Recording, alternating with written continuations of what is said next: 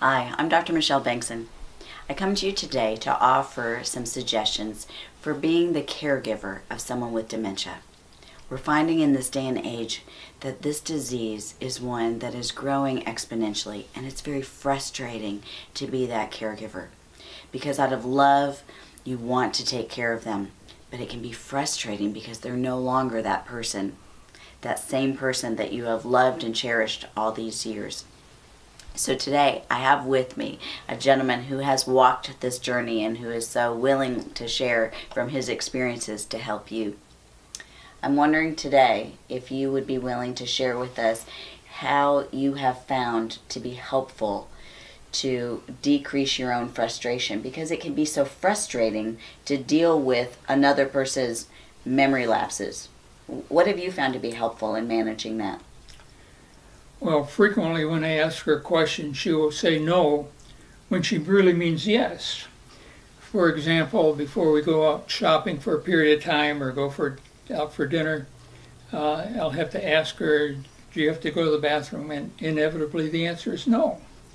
So instead of repeating that over and over and getting the same answer, instead of asking her, I would say, do you want to go to the bathroom before or after me? Or giving her a choice. Do you want to go to our guest bathroom or do you want to go to the master bedroom bathroom? In this way, the decision of whether to go or not has been assumed, and then it's just a matter of where and when. And so it's not a yes or no now, it's a this one or that one. Exactly. Okay. And just redirecting their attention sometimes when they're focused on one thing, and then to just redirect their attention to maybe another object or another room. One of the things is she still loves to play the piano, and she can play many of the pieces from memory very well.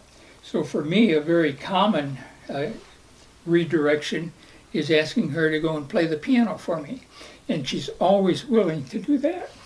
So taking her attention off something that's a frustrating situation for you and putting it onto something that's a positive experience for her. So as you can see, there are some situations that will always invoke some frustration.